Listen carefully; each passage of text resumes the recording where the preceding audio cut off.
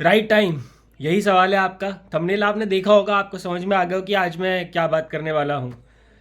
क्या सही समय है मॉक टेस्ट करने का? कब हमें आंसर राइटिंग स्टार्ट करना चाहिए? कब, कौन से महीने का हमें करंट अफेयर्स करना चाहिए और कौन से महीने तक करना चाहिए? रिवीजन कैसे करनी चाहिए और कब से शुरू करनी चाहिए? इस तरीके के तमाम सवाल आप लोगों के दिमाग में अभी भी चल रहे हैं, जबकि मैं इन सब का आंसर अपनी रेगुलर क्लासेस और रेगुलर जेनरिक वीडियोस में इन सब का आंसर मैं दे चुका हूँ। बट ठीक है, आई डू अंडरस्टैंड कि लोग रोज़ नए नए आके जुड़ते हैं जिनके पास कई तरीक़ों के सवाल होते हैं। तो इन 4-5 चीज़ों की मैं आज बात करने वाला हूँ। And most importantly I will be talking about what is the right time for all these things. First of all, I will be talking about what is the right time to start attempting the mock test. देखिए, mock test का जो सही समय है वैसे तो आ चुका है, लेकिन ये सिर्फ सही समय उन लोगों के लिए है जिनका सिलेबस कंप्लीट हो गया है। बिना सिलेबस कंप्लीट किए हुए फुल लेंथ मॉक टेस्ट लगाने की गलती ना करें। उससे ये होगा कि आप बिना सिलेबस कंप्लीट करे फुल लेंथ का मॉक लगाएंगे, आपके मार्क्स कम आएंगे, डिमोटिवेशन आएगा और फिर आप छोड़ देंगे एग्जामिनेशन, क्योंकि प्रिपरेशन छोड़ देंगे क्योंकि आपका अंदर स्ट्रेस आ गया। तो ऐसा ना करें। तो मॉक टेस्ट अटेम्प्ट करने का जो सही समय है that is after completing the syllabus at least आपका 80-90% भी अगर हो तभी आप मॉक टेस्ट अटेम्प्ट करना स्टार्ट करें।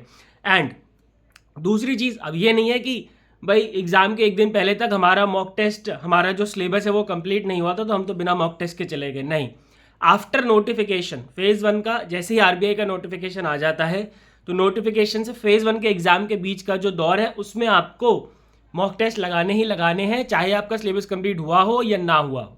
ठीक है, जितने भी टॉपिक्स कंप्लीट हुए होंगे उन्हीं के बेसिस पे आपको मॉक टेस्ट लगाना है, उन्हीं क्वेश्चंस को सॉल्व करना है। ठीक है, I hope it is clear. दूसरा सवाल है कि when to start answer writing. Again the same thing, जब तक आपका 50% सिलेबस कंप्लीट नहीं हो जाता, ठीक है, तब तक आपको आंसर राइटिंग स्टार्ट नहीं करनी है। Let me tell you why. Because क्या होगा कि आपने अगर एक चैप्टर पढ़ा, ठीक है, अभी आपके दिमाग में सिर्फ उस एक चैप्टर की डायमेंशंस हैं, ठीक है, जो कि बहुत बहुत ही कम डायमेंशन है। ठीक है, जब आपका 50% सिलेबस कंप्लीट हो जाएगा तो आपका दिमाग खुलेगा, आपकी डायमेंशंस जो है वो और ज़्यादा वाइड होंगी, जिससे कि आपको आंसर्स लिखने में हेल्प होगी। एक चैप्टर या 2 चैप्टर करके अगर आप आंसर्स लिखने जाओगे ना तो क्या होगा कि आप लिख ही नहीं पाओगे। बहुत सारे लोग आते हैं मेरे पास कि हम लिख ही नहीं पा रहे हैं, हमें समझ ही नहीं आ रहा कि हम इसको इलेबोरेट कैसे करें। ठीक है, तो जब तक 50% सिलेबस खत्म नहीं हो जाता, प्लीज़ आंसर राइटिंग पे ज़्यादा समय फोकस ना करें।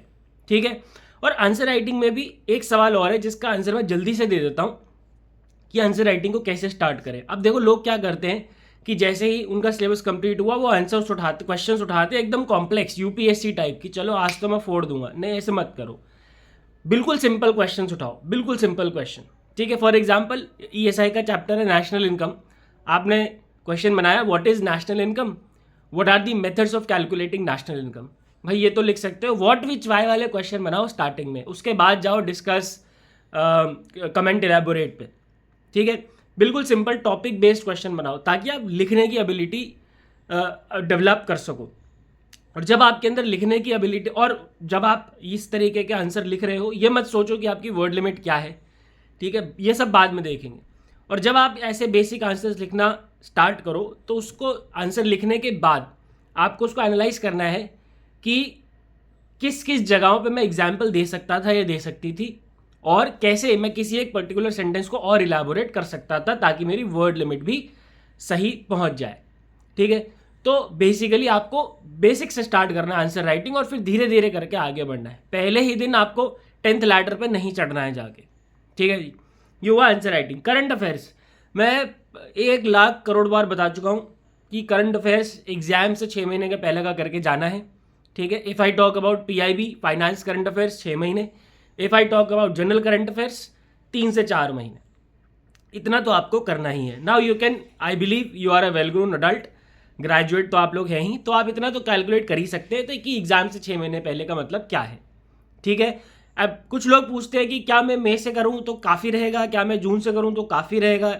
यार I don't know really about काफ़ी रहेगा या नहीं, बिकॉज वो तो आपका रिजल्ट बताएगा कि काफ़ी रहा कि नहीं रहा। मेरा ये मानना है कि आपको एटलीस्ट अगर if I talk about PIB तो आपको मार्च से तो करना ही चाहिए, plus finance current affairs also.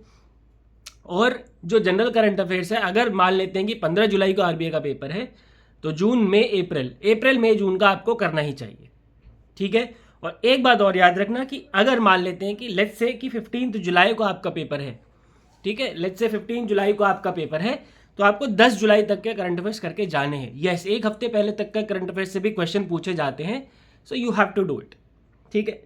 अगला सवाल है जी रिवीजन। देखो, मैंने पहले भी अपने कई वीडियोस में बताया है कि रिवीजन जो है वो आपके प्रिपरेशन टाइम का 30% होना चाहिए। 30% आपका रिवीजन होना चाहिए। अगर आप दिन में 10 घंटे पढ़ रहे हो, या हफ्ते में मान लेते हैं आप 100 घंटे पढ़ रहे हो, ठीक है, या 50 घंटे पढ़ रहे हो, या 20 घंटे पढ़ रहे हो, उसका 30% आपका टाइम जो है रिवीजन को डिवोट होना चाहिए। अदरवाइज कोई पॉइंट नहीं है पढ़ाई करने का। अब जैसे कल ही मेरी एक स्टूडेंट से बात हो रही थी, उन्होंने बोला कि भाई मैंने 15 दिन पहले फाइनेंस का चैप्टर पढ़ा था पहला, अब मैं कल पढ़ने गया तो मेरे को याद ही नहीं आ रहा। भाई कैसे याद आएगा, पॉसिबल ही नहीं है। आप दिन में और भी 50 चीज़ें कर रहे हो, आपकी लाइफ भी है, तो ब्रेन की जो कैपेसिटी है ना, ब्रेन तो भूल जाएगा। तो you need to create a cycle for revision. For example, आज आपने कोई भी चीज़ पढ़ी, उसको 3rd डे पे दोबारा रिवाइज करो, फिर 7th डे पे, फिर 11th डे पे, फिर 15th डे पे। ऐसे 3-4 बार 5 बार जब हम पढ़ लेंगे ना, तो हमें समझ में आएगा कि एक पॉइंट ऐसा आ जाएगा कि फिर हमें उसको पढ़ने की ज़रूरत नहीं पड़ेगी, ठीक है। तो रिवीजन के लिए आपको 30% टाइम देना है और साथ साथ रिवाइज करते हुए चलना है। ये नहीं है कि आप एक सब्जेक्ट खत्म करोगे और फिर जब वो खत्म हो जाएगा तो उसके बाद उसको रिवाइज करोगे, ऐसा नहीं है, ऐसा हो ही नहीं पाएगा, ठीक है। And last but not the least, government schemes कब से स्टार्ट करें भैया? स्टार्ट कर दो मंडे वेडनेसडे फ्राइडे शाम सुबह 8 बजे मैं आपके लिए गवर्नमेंट स्कीम्स लेके आ रहा हूँ। तो आप प्लीज़ गवर्नमेंट स्कीम्स को स्टार्ट कर दो। और दूसरी चीज़ ये है कि गवर्नमेंट स्कीम्स कैसे करें, कहाँ से करें, तो आप लोगों को ये सब ढूंढने की ज़रूरत नहीं है। जो मैं आपको यूट्यूब पे करा रहा हूँ एवरी मंडे वेडनेसडे फ्राइडे 8 बजे, प्लस जो पीआईबी में अपडेट्स आते हैं वो कर लो, that would be more than enough. Alright, ठीक है। तो यही चीज़ें थी कि जिनको मैं डिस्कस करना चाह रहा था। I hope the message is clear, I hope you have understood what is the right time to start these things. Thank you very much, goodbye, take care and God bless.